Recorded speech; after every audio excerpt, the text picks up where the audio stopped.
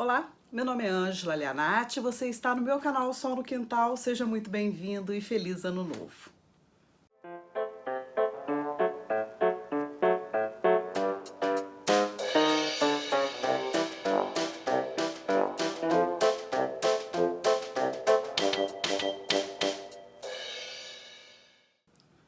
O vídeo de hoje é para ajudar a todos que vão participar do Desafio Livrada, porque nós temos ali uma categoria que é um livro de filosofia. E eu tô aqui, me propus fazer no Instagram, eu coloquei lá uma pesquisa, uma enquete. Você gostaria de um vídeo para que pudesse ajudar nas escolhas? Até agora, 3 pessoas disseram que não. Mas como a esmagadora maioria, aí já, sei lá, quase 200 pessoas disseram que sim, então eu vou fazer esse vídeo e as pessoas que não quiserem assistir, elas não precisam assistir. Mas a amizade continua, não tem problema nenhum. Eu vou atender a maioria. Então eu perguntei assim, ajudaria? Né? Então eu tô aqui para ajudar. Se eu puder ajudar, é a minha função nesse mundo. Se eu não puder, eu vou ficar quietinha. Então vamos lá. Bom, gente, é uma categoria muito difícil. Eu vou dizer por quê.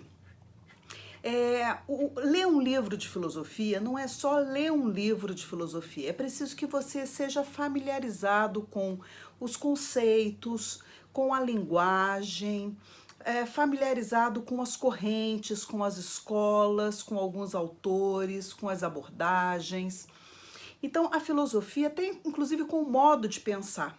É muito diferente você, por exemplo, o modo de pensar da ciência, o modo de pensar da arte, o modo de pensar mítico da religião, por exemplo, o modo de pensar do senso comum, não é? A filosofia, ela tem um modo próprio de investigação, ela tem um critério de verdade que é diferente, é um critério de verdade, é a razão, né? E é uma relação sujeito-objeto um pouco diferente, porque é uma relação transpessoal, né? Ela não é suprapessoal como o mito, ela não é impessoal como deve ser a ciência, ela não é uma relação pessoal como é a da arte, né, ou intrapessoal, como o senso comum, mas ela precisa ter uma abordagem, né, uma relação sujeito-objeto no conhecimento transpessoal. Bom, vamos lá então tentar ajudar. Então, essa filosofia realmente não é uma categoria fácil, não é uma categoria fácil, mas assim, ninguém vai checar se você vai ler ou não um livro de filosofia. Tá ali o critério. Você pode dizer, eu li. Pronto. Quem é que vai dizer que você não leu? Né? Ninguém, absolutamente ninguém. Vamos pensar o seguinte, você quer cumprir o desafio e você quer um livro de filosofia. Então tá, você nunca leu nada sobre filosofia, mas você até gostaria.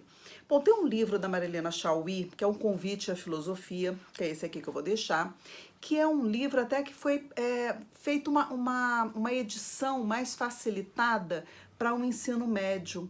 E é um livro bastante completo.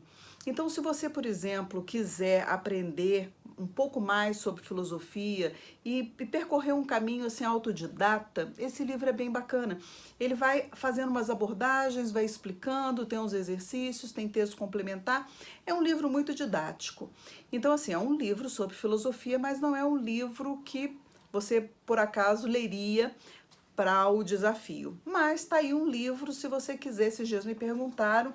Para começar, eu gosto muito dos livros do Danilo Marcondes, eu acho muito didático, mas esse da Marilena Chaui, ele aborda toda a filosofia, as principais correntes, ao menos, os principais autores, e ali ela vai discorrendo, então é um livro bem interessante. Mas tá bom, você quer um livro realmente que trate sobre a filosofia, mas você não quer uma imersão muito filosófica, digamos assim. Uma boa porta de entrada é o Mundo de Sofia, embora tenha alguns problemas com a tradução. Mas eu tenho esse azulzinho, tá aqui, mas existe agora a versão nova, vermelha, e parece que alguns erros de tradução já foram corrigidos. Eu não sei como está a nova versão. mas ali uma porta de entrada interessante para você conhecer de um modo lúdico. Vamos ver a Sofia, uma adolescente, né? Aquelas cartas vão chegando. E não é à toa que o livro fez muito sucesso, encantou muita gente. Então vamos dar um crédito para ele, tá aqui O Mundo de Sofia, se você não leu, é uma belezura, é uma belezura. Leia que você vai gostar. Ah, mas tudo bem, você quer então ler um livro realmente de filosofia. Então eu vou citar aqui alguns dos mais palatáveis, embora ainda tenha algum problema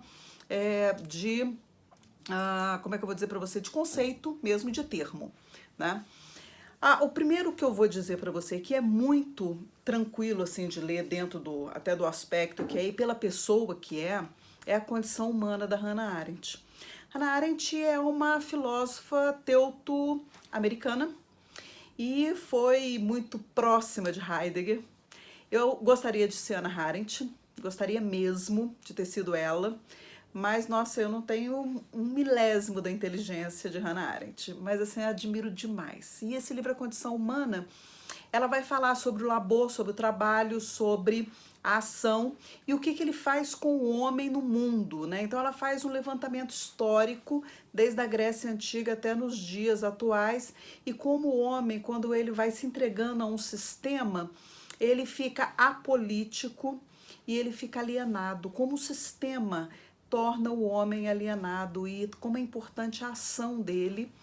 E aí ela vai discutir também outros conceitos, por exemplo, a noção do público e do privado. Ela traz para esse texto, e aí você pode sim engalfinhar um pouquinho com esses dois temas, mas não é um problema não, é só você ter, busca na época que se você for escolher esse livro A Condição Humana, você busca um entendimento sobre os termos e está tudo certo. A Condição Humana é um livro muito interessante dessa filósofa maravilhosa.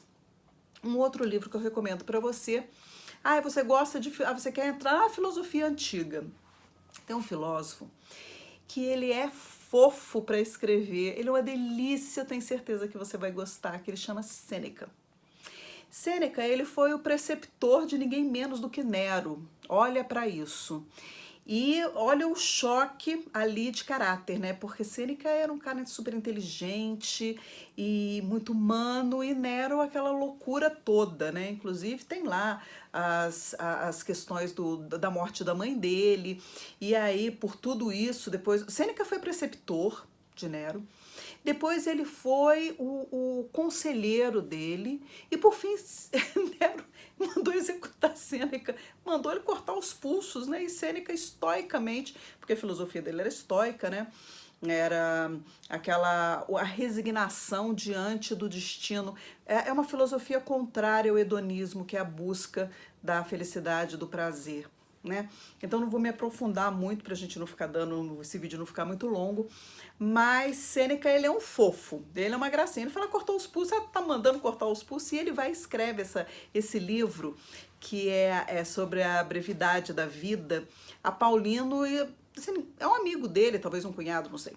Mas são cartas que Sêneca escreve muito, de uma forma muito gostosa de ler. É muito fácil ler Sêneca, muito fácil. Você quer escolher um filósofo fácil para ler, escolha Sêneca. Você não vai se arrepender, ele é um fofo. E essas cartas ele vai falando, né, que a brevidade da vida, assim, a vida ela chega pra gente, os animais eles têm um tempo de vida, mas a vida do homem passa muito depressa e as pessoas não se dão conta disso. É lindo o livro, dá uma graça. Bom, aí eu posso sugerir também, se você quiser lá nos primórdios, que você leia, por exemplo, Ética Nicômaco. Ética Nicômaco, do meu queridíssimo Aristóteles, que todo mundo que pensa que entende Aristóteles está muito longe de entender Aristóteles. Então, por aí vai. É nessa obra que Aristóteles trata da questão da virtude, que é o ponto de equilíbrio entre o excesso e a falta.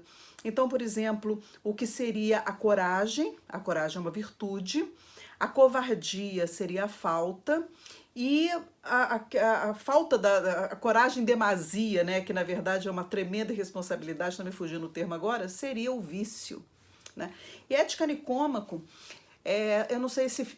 ainda tem uma questão aí, a gente não sabe se Aristóteles escreveu para o filho dele, que se chamava Nicômaco, ou para o pai dele, Nicômaco, que viria a ser o médico de Filipe II, rei da Macedônia, pai de Alexandre o Grande, de quem Aristóteles foi preceptor.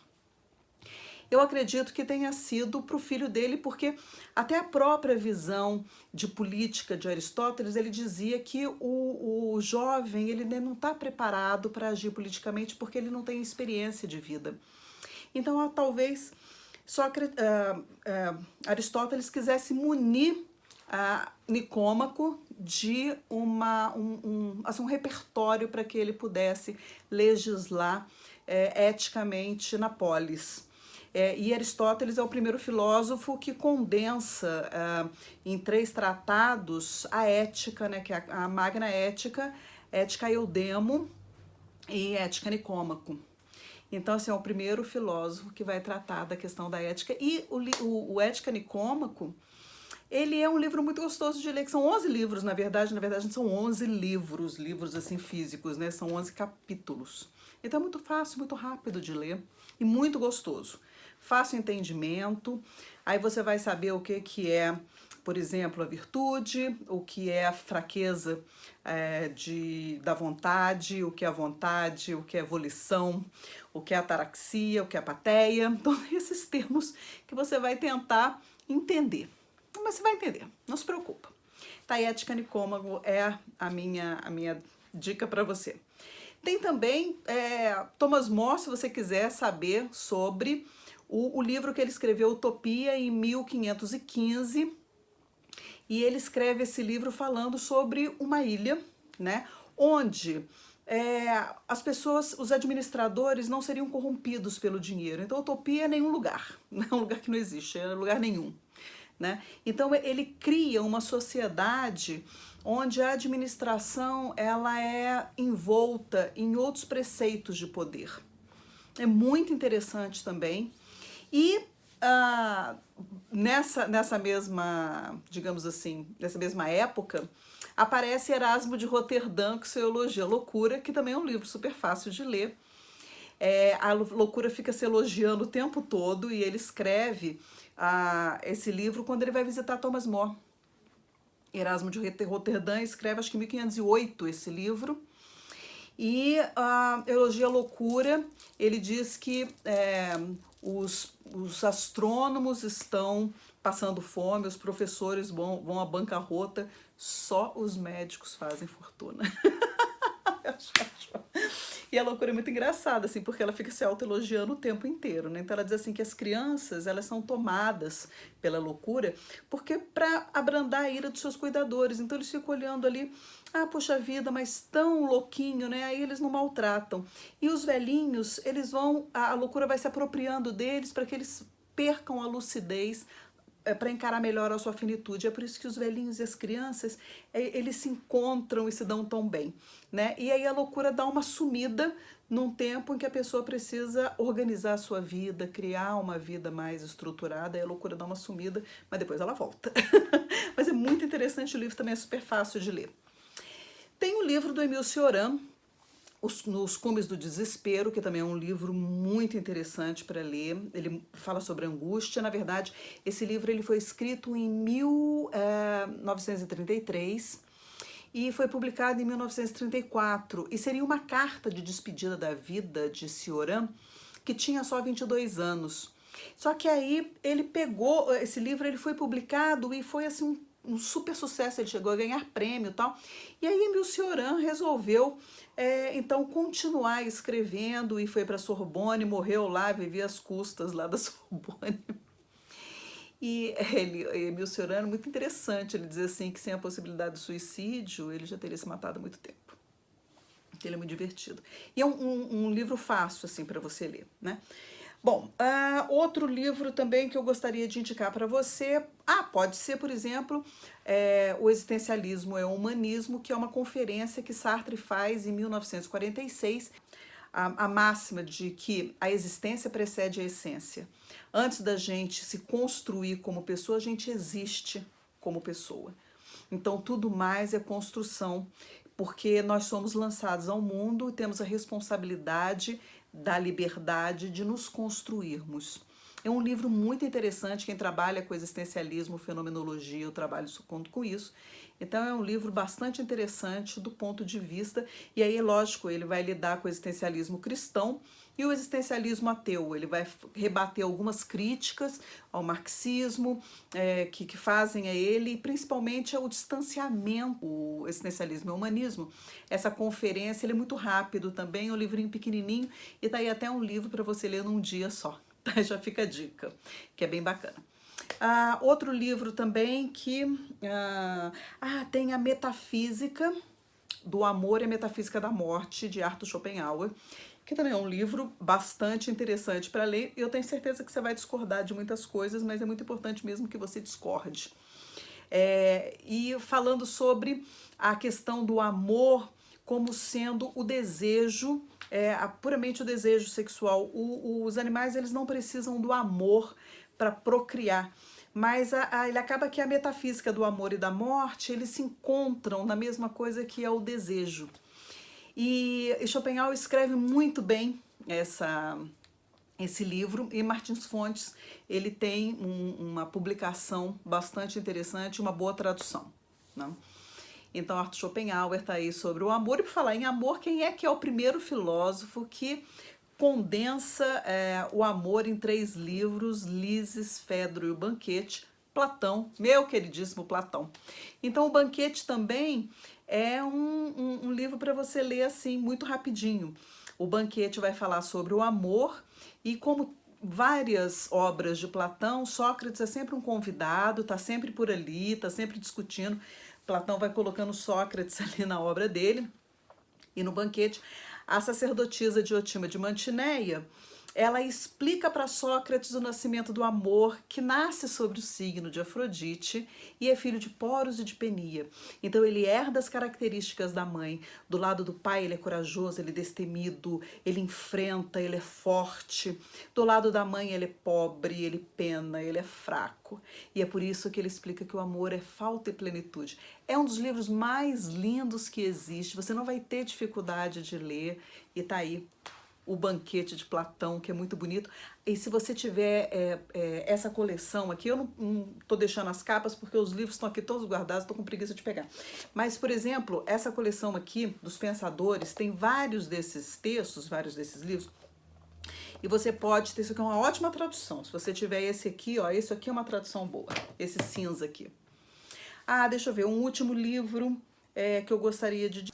As Palavras e as Coisas, do francês Michel Foucault. Esse é um livro imprescindível para que você entenda como as ciências humanas se tornaram necessárias para o entendimento do homem, para o entendimento da vida aqui, como o homem passou a ser visto como a questão da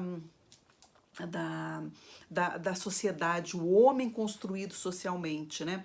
E até a filosofia vista como as ciências humanas, porque a filosofia, não sei se vocês sabem, ela sempre foi da matemática. Os primeiros filósofos eram geômetras. E aí eles se reuniam nas escolas de geometria e aí discutiam sobre o cosmos, etc., e apareceram outras correntes. Então Leibniz, Pedro Abelardo, Tales de Mileto, Pitágoras, eram matemáticos, né? Descartes, né? Quem não estudou esse teorema dessa porcaria? E aí agora, depois, quando o homem ele vai ser inventado socialmente, vai ser visto socialmente, construído, o homem é um ser social, ele é aí vem a psicologia social, o homem é um construto da sociedade também, aí vem a necessidade de você entender a sociedade a partir do olhar humano. E Michel Foucault faz isso com maestria. Então, gente, eu tentei correr aqui para vocês, porque se me deixar também eu fico conversando. Então, esse é meu vídeo de colaboração para que você possa falar sobre a filosofia, ler um livro de filosofia sem muitos problemas. Porque você vai falar, eu vou ler um livro de filosofia, Crítica à Razão Pura do Kant. Pô, nem quem está dentro da faculdade de filosofia, assistido por um professor que vai ali esmiuçando a crítica da razão pura, a crítica da razão prática. Kant é um horror, não pegue para ler, não pegue para ler, porque se você não tem o hábito de leitura de filosofia, Kant vai estar muito longe de um entendimento. E a próprios textos filosóficos, eles são difíceis às vezes de você digerir de uma maneira assim, digamos, lúdica. Mas esse aqui que eu tô te falando vão te ajudar, eu tenho certeza. E não são livros muito longos, não, são livros pequenininhos, no instantinho você lê. Tá bom? Eu espero ter ajudado e você comenta aqui comigo se você conhece alguma dessas obras, ok? Então, gente, mais uma vez, um feliz ano novo para você, tudo de bom e continua aqui no meu quintal, que para mim é uma honra ter sua presença. Um beijo para você, tchau, até a próxima.